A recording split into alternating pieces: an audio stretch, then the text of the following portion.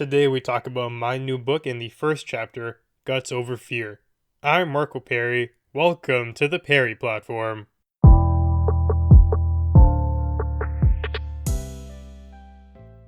As some of you may already know, last week I officially became a self-published author. My book is called Attaining Fulfillment, 8 Pillars to Live By, and you can find it pretty much anywhere. As you can tell from that title, I try to describe a rough outline that a person can follow to get some semblance of fulfillment in their life. I would describe fulfillment as some type of satisfaction with the way your life is, regardless of all the sorrow and hardship that you are bound to encounter. That's a universal principle that all humans are going to face, and there really is no doubt that those things are going to make life very, very challenging at some points. Now, I try to explain via these things I call pillars, which are really just ideas that there are ways to combat that, whether it be being brave, whether it be developing a light heart, whether it be bouncing back. These are the things I go into in depth in my book, and I'm going to do an 8-part series starting today, talking about each chapter individually, going over the main idea and sharing with you my thoughts on it. Before we move on to that though, I just want to point out a very important thing, which is that my book is free. Anyone can get it online, and there are no barriers here. If you can't get it from Amazon or Apple or for whatever reason, just send me an email or a DM on social media or an inquiry through my website, and I'll make sure you get a copy. Now, the reason why I chose to do this is because I find these topics, whether it be something that relates to knowledge or something that can help people, to be rather crucial to get out and distribute in as vast a number as you can.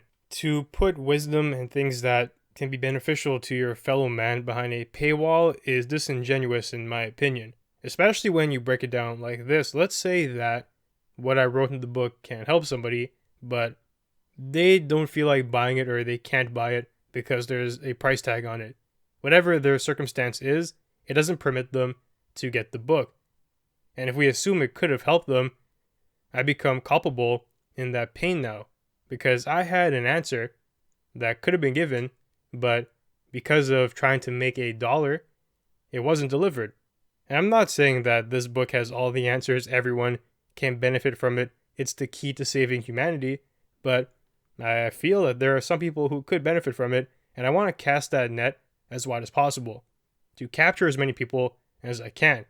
It's not like I'm writing about Charlie and the Chocolate Factory here, where it's just pure entertainment. This book tackles some of the core presuppositions of just living, some of the deepest philosophical questions that we have, and I try to give my answer to it. An answer that is rather optimistic, an answer that can give people hope, and I give rules that they can follow to move themselves forward. I think that's worth being free, and that was my thought process in the matter. So now let's move on to the first chapter, and that's really the core of what we're going to talk about today. It's called Guts Over Fear. That's pillar 1. And let's start that conversation by asking the question, what exactly is fear? We've all experienced it, but the ways we describe it can vary. Somebody might say it feels paralyzing. Someone might say it produces apprehension. Another could say it's an unpleasant restrictive force that stops me from doing what I want to do. The truth is, those are all true, but also, fear is deeply biological. It isn't something that we choose to experience. We don't flip a switch and say, I want to be afraid now.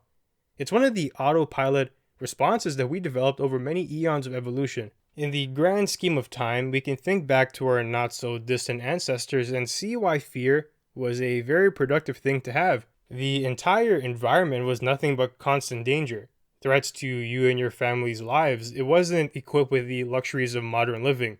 There wasn't really a modern house to reside in. There was no car. There weren't any guns to protect yourself. It was you in your naked state versus nature. And nature is quite powerful. Even today, it still is. You could be walking down a path and you could feel something watching you. Fear would tell you to run away. You could hear a rustle in a bush. Fear would tell you to get away. And fear often autopiloted you to safety. It told you that something wasn't quite right. It actually pinpointed the unknown. There's something that you don't know that could kill you. And therefore, you should get away, move to a space that's familiar to you, somewhere where you understand what's going on. And that was safety. That was where fear would not run anymore. And that kept our generation safe forever. Only recently have we developed a peaceful-ish state to live in. And we don't really have fear calibrated to match that environment exactly. So let's rewind back to the distant ancestors, or not so distant depending on how you want to frame time. Let's say you are walking in a forest and there's a bush here, and you hear something rustling in it that will produce a fear response in you. You didn't choose to be afraid, but you do feel it. Now, there are some possibilities here. There could just be something like a rabbit in the bush running around, or there could be a bear, an apex predator. If a bear were to come out, you would probably die. And that really is what fear is playing on, the worst case scenario. But let's think about what happens though when reality surfaces. Let's say it was the rabbit and it comes out of the bush. Immediately fear is gone. You don't feel it anymore because the unknown has revealed itself and you realize that it was really just your imagination playing a trick on you, or you were thinking too much about the worst case. Now, let's say a bear does come out and you're face to face with it. Fear no longer is your predominant mode of reasoning anymore. The unknown has surfaced, you see it, you know what's about to happen, and you move into a fight or flight reaction mode. Fear is probably still there in the background though. Now, it's time to act and your body will impel you to do something. You might be paralyzed with fear, but there'll be another part of your brain telling you to run away, telling you to fight back. And here we see something. Fear becomes less potent. It takes a backseat to action. Once the unknown comes out, it's time to do something about it. And that's a key lesson here. Fear really is strongest given a mysterious terrain. When you don't know something, that's when you're truly paralyzed because you don't know what to do. Is it a rabbit? Do you stay where you are? Is it a bear? Do you run away? But when fear materializes itself in a concrete thing right in front of you, you know exactly what has to be done. If it's the rabbit, you can just remain there. If it's the bear, you have to run away or fight. Fear is no longer number one in your mind. Once we expose the reality, we are impelled to action. We do something about it. Now, if we look at this phenomenon through a modern lens, we can see that perhaps the fear receptors in our brain are not adapted to our largely peaceful environments of today. To feel like you were on the brink of death because you were called upon to speak in front of a class, kind of like how you feel when an apex predator comes out of a bush, really doesn't make much sense, yet it does happen. That's how the biological wiring is set up. Biology takes millennia to evolve. There hasn't been much time between us running around in the jungle, being hunted by predators, to us living in these cities now. As far as biology is concerned, it's been a drop in the bucket. The fear response, which controls the autopilot of our body, can't really be relied upon in this environment that we're in today. If we really want to change things, we have to control it ourselves. We have to influence what's going on with our own willpower. We can't just leave it up to the genes because they have a certain way of behaving and it's not calibrated. Now, once again, I'll point out, back in the day, our ancestors didn't have the luxury of coming face to face with fear and trying to subdue it. They needed it. It kept them alive, but today, we have this luxury in the developed world to engage with fear, with not having to seriously worry about many of the consequences. That's powerful. We cannot control being afraid per se. It will bubble. It's an automatic response to our environment, but we can control how we respond. And we get better at that the more we practice. And here I should make my caveat point. You do have to be smart. I'm not saying jump off a roof with no parachute or with no trampoline underneath you because fear is something to always be ignored. No, that's a simplistic analysis of what I'm trying to tell you. I'm saying that when it really does truly matter, when it's not just logic telling you to stop, it's just something internally telling you, oh, be afraid of the consequences because you might feel shame, you might be embarrassed, this and this might happen. That's a scenario where you have to really think about, is fear correct? If it's something like jumping off the roof, then yeah, fear is correct. You don't want to kill yourself. You don't want to break your leg for no reason. But when it comes to public speaking or asking somebody out or pursuing a goal that you really want. And logic really isn't the barrier here. It's some type of paralysis, some type of apprehension coming from inside of you. We have to conquer that because the goal is worth it.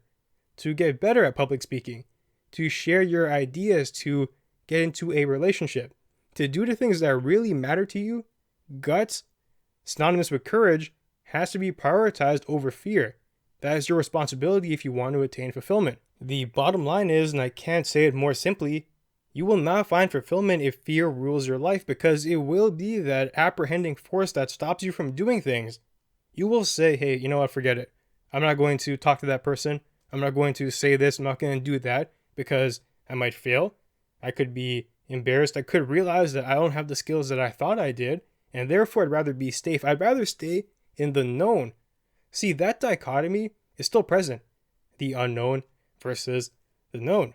You feel comfortable in the realm where you're familiar with things. You know exactly what's going on, and nothing is going to be there to surprise you. But there is no growth there. There is no development. To actually improve, you have to enter the realm of the unknown, because that's unconquered territory. It's a place where you go to get better. Fear has always been weary of the unknown because in the past, that was the place you went to die. When you didn't know what was going on in your environment, it likely meant you were in a place where your predator was right around the corner and was seconds away from mauling you. And it still feels that way today. But I'm telling you, it's not really the case anymore. And biology hasn't updated its software yet. That responsibility now falls onto you willingly. You have to use your power of will to make that adaptation. The good news here is that, as with the past, the unknown is often more terrifying than the reality. You tremble at not knowing what's going to happen, but once you put yourself in that scenario to find out, to figure out what's really going on and what the reality is, you enter a mode of reasoning where it's time to act. Once whatever you were afraid of before surfaces and you come face to face with it, you can do something about it. But if you don't even engage with it, you always stay in that bubble of fear, of not doing anything, of paralysis, and that's no place to be, especially if you want to truly live. You need to be willing to face the horrors of life with a straight face, with guts. Everything you desire is hidden behind a scary obstacle. Nothing worth attaining was gained easy.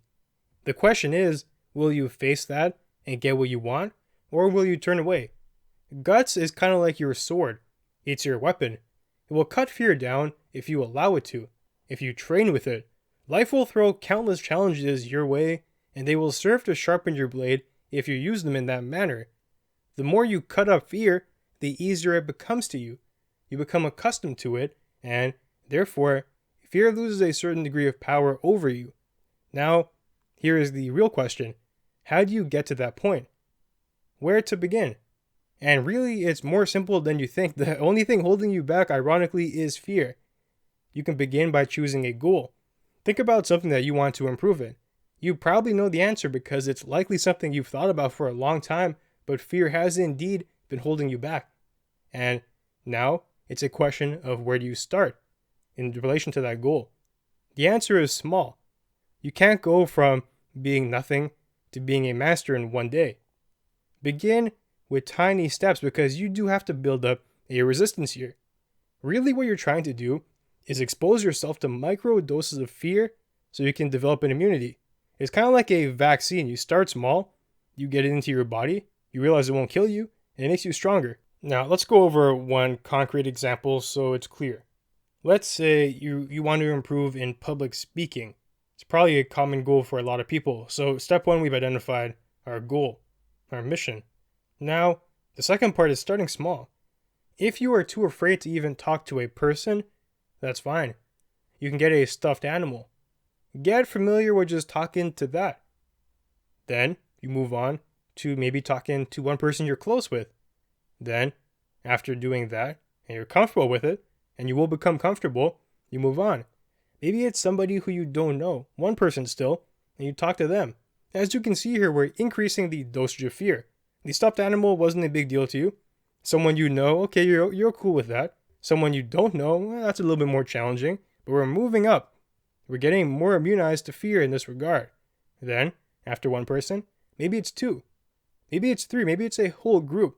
And before long, You can be talking to anyone you want to without feeling as much fear as you did before. And of course, this takes time. It might take you years to fully reach your goal, but you're moving forward. You're getting better.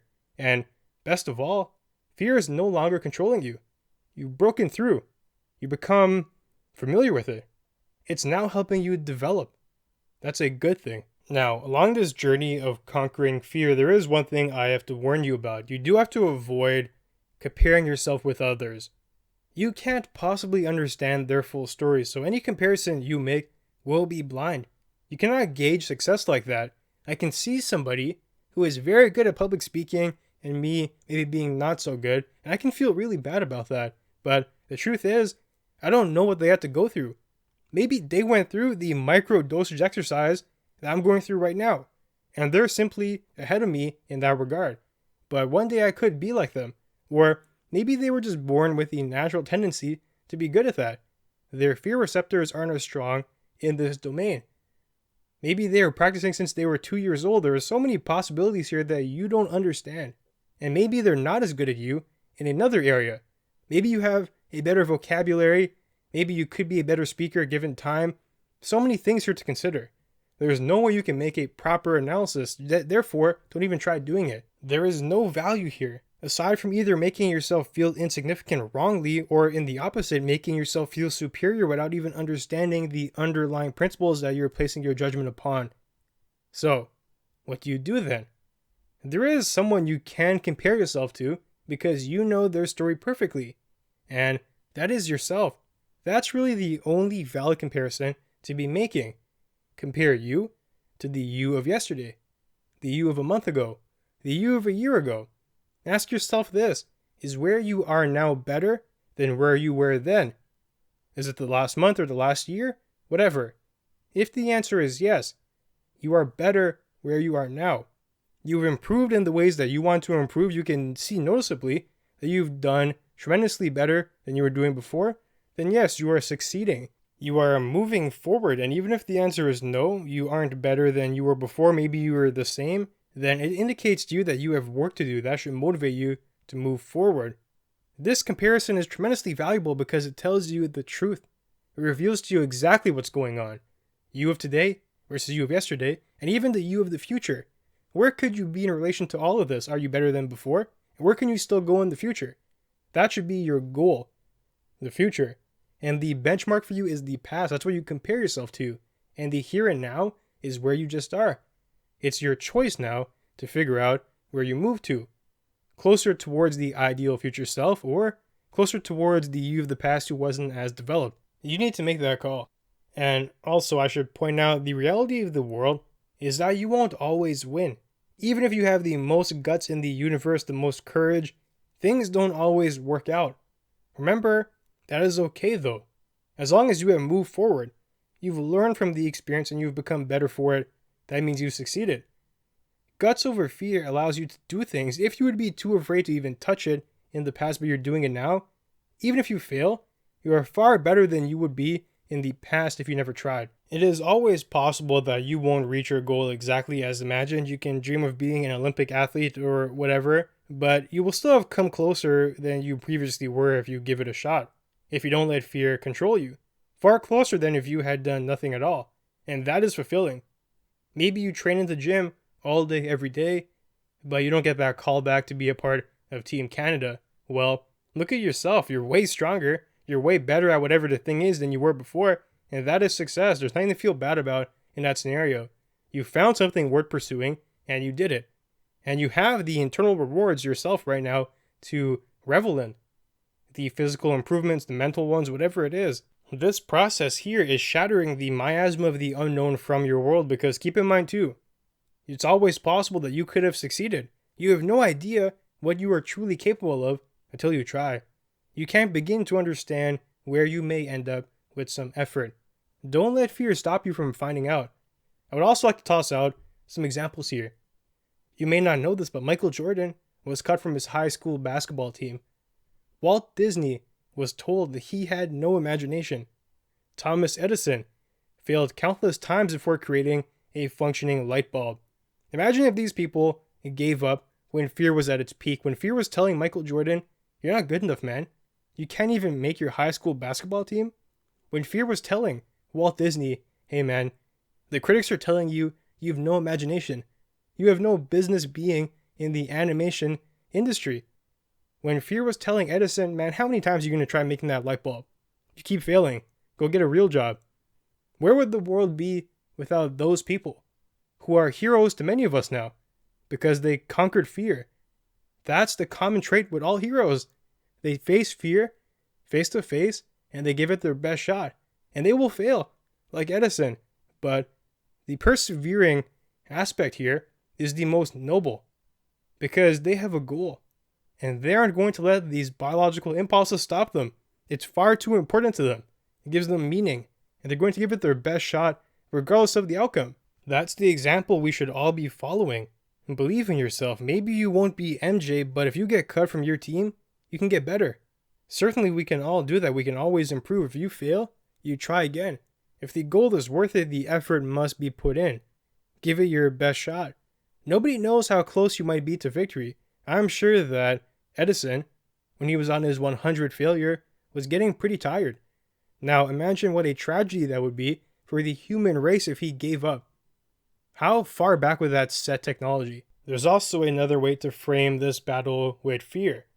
Ask yourself this: when you are old, laying on death's bed in the retirement home, what will matter to you? When you reflect back on your life, are the fears of the past going to matter? Or would you be more ashamed at the fact that you didn't give an honest attempt at pursuing your passions? Would it bother you that you didn't make the most of your opportunities?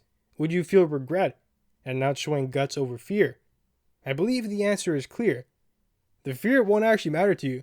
Instead, you'll be super concerned with not even trying. So save yourself that agony and just try. The older you is pretty smart. There's a lot of wisdom there. He understands that the passage of time will wipe away many of the things you fear about today. Being humiliated, being embarrassed, whatever it is, you're going to laugh at it when you're old. It might feel like the world is ending right now, but trust me, it's not. You will get through that, and you'll feel proud because you tried to acquire what you wanted to. And you might get it. You might not as well, but who cares? You gave it a shot. You can be proud of that. Now, if you really try, and you get to the point where guts over fear becomes your motto, it really becomes the essence of your being, you're still going to feel that biological impulse of fear, but it won't manipulate you as it once did. You can be the one in control. This process can take years, but it is rewarding. This removes some degree of regret from your life because you're able to capitalize on the things you want. You won't be discouraged by the unknown. Instead, you will revel in it as a means of self-development. Ironically enough, people are often their own worst enemy when it comes to realizing their potential. In today's world, you can name the things you worry about the most, and I'd wager that many of these fears involve public perception. Being afraid that somebody's going to think you look this way, or you don't want to come across as being not knowledgeable in this field if you say something, or even something very simple as wearing the same outfit again. You don't want to do that because somebody might judge you. Well, here's the reality. Everyone in this world is going through a storm of chaos that they're dealing with. For them to really pay attention to you, an individual who really isn't a central part in their life, your coworker, whoever it may be, a distant friend, a classmate, it takes quite the person to really hone in on your faults when they're dealing with insecurities of their own. And from what I've found, many of the things that we worry about, like I said, saying the wrong thing when you give an answer or wearing the same outfit, are things that we don't really even care about ourselves and other people. We'll see someone do that, create that supposed mistake, and to us it'll just be brushed away. You might take note of it in the moment, but the next day or even that very night, it's forgotten. You'll see that person the next time and won't even associate that moment with them. Now, there are some people who are out there who are really nitpicky and they will care a lot, but they're far and few between. There's not many of them, and we shouldn't base our entire worldview around that. Most people just don't care. And that's actually a freeing realization because it points out to us that one of our fears, the public perception thing that holds us all down, may be exaggerated to an unreasonable degree. It really doesn't matter that much. If this fear is exaggerated, if it's producing results that just aren't called for, like being shaken to your core, because you're really worried about this classmate who's going to think this of you, well, it might point out that many of our other fears are also exaggerated too, and this goes full circle. Back to the first point about biology. Fear was a very powerful tool. It kept our species alive for millennia, but today, I just don't think it's calibrated to our environment. Fear is stopping you from doing a lot of things that aren't life or death. It might feel like it because fear thinks so, but apply your own knowledge to the situation. Use your own brain and think through it. Control your actions. You will feel fear. That's inevitable. But the ways you respond, that's under your volition. My bet is that if you can look back on your journey and say you tried the things you wanted to and gave them your best effort, fear didn't stop you from doing that, you will find fulfillment. This is one major aspect of it combined with the other 7 pillars, but this first step here is imperative because you won't even be in a position to incorporate the other pillars if you don't go out there and try, if you don't put yourself in that position in the first place. Fear is going to be the thing that tries to hold you back from doing that, and it's your duty to look it in the eye and say, not today. I'm sorry. Then you move on and you do what you have to do. You will look back on a life of development and progress if you can uphold this pillar. Guts over fear. You can find comfort in that. Even if you do encounter setbacks or failures, you gave it your best shot. What really is there to feel bad about now? You found out the truth. Maybe certain things aren't meant to work out for you, but at least you know. You're no longer stuck in this what if that mind game. You know exactly what happened. You weren't made out for it, but you tried. And you got better along the way because you have some self-discovery. You probably got better mentally or physically by doing whatever it was. And now you're ready to move on to the next task. That's a far better way of looking at the world than being ridden with fear. I promise you. When you're older and you're looking back on life, you'll be very happy that you took this advice, that you got out there and did what you had to do. Because that's the only way to find fulfillment in this world. By going after what means the most to you and not being afraid to do it. Now, that was a snippet of what I've written about in that chapter, and I think I'll leave it at that for today. Now, next week I'm going to be talking about Pillar 2, owning the moments. There, I talk about memories and how you should be approaching the most meaningful times of your life, how to make sure you're not rushing through them, and how to make sure you extract what you have to extract going into the future, to make sure you have a remnant to hold on to. Because truly, memories are what make you you. It's kind of all you have, because think about it. There's a reason why Alzheimer's and dementia are so devastating. Because you lose yourself. When you lose your memories, the very foundation of your life is gone. The family that you've built, the career that you've established, whatever it is, you forget about it. Anything can be true to you. You don't even know who you loved and what means something to you. It's all gone. So these are things to be cherished for real. And unfortunately today, we do a lot of things that are counterproductive to that. We don't live in the moment. We don't own the moment. We have to do far better as a society to motivate individuals to do that. Now, before I wrap up, I just want to remind you, if you find these topics interesting, this ebook is free everywhere. You can find it on Amazon, Apple, Google, Nook, Smashwords, wherever you feel comfortable getting an ebook from, you can get it from there for free. And if you can't find it via those channels, just send me a message and I will make sure you get a copy. Writing this book was a very rewarding experience, and I will close by saying how fear interacted with me in this regard. So when I was writing this book, fear was there, of course. It was telling me things like, hey, nobody's going to read this, you're wasting your time, whatnot, and what forth. But I knew it was something that I had to do, something that I felt very strongly about, and something that I wanted to accomplish. It was on my bucket list to write a book, to give it to people, have people read it, and just to create an impact from that. And based on the stats I'm seeing, people are reading the book, and that's very gratifying. I'm looking at fear now and saying, hey, you were wrong. And that's often going to be the case for you. Fear, in fact, is going to be wrong because it always tries to exaggerate things. It's trying to keep you alive, but it doesn't know that these outcomes here are not deadly. If nobody read the book, it wouldn't kill me. It would hurt it, maybe kill your emotions, but you'd be fine. And that there is what you have to do too. Find something that is worth putting your emotions on the line for. That's worth feeling embarrassed for. There are a lot of things like that, and you can't let fear stop you from going after them. Because trust me, the outcome is worth figuring out. Even if it's negative, well, at least you figured it out. No more what if, you know exactly what's there. So without further ado, that now brings me to the end of our conversation for today. If you enjoy the content, be sure to leave a review and share. It'll help us grow. And you can find me online at perryplatform.org and on social media at perryplatform. Thanks for joining me, and I'll see you soon.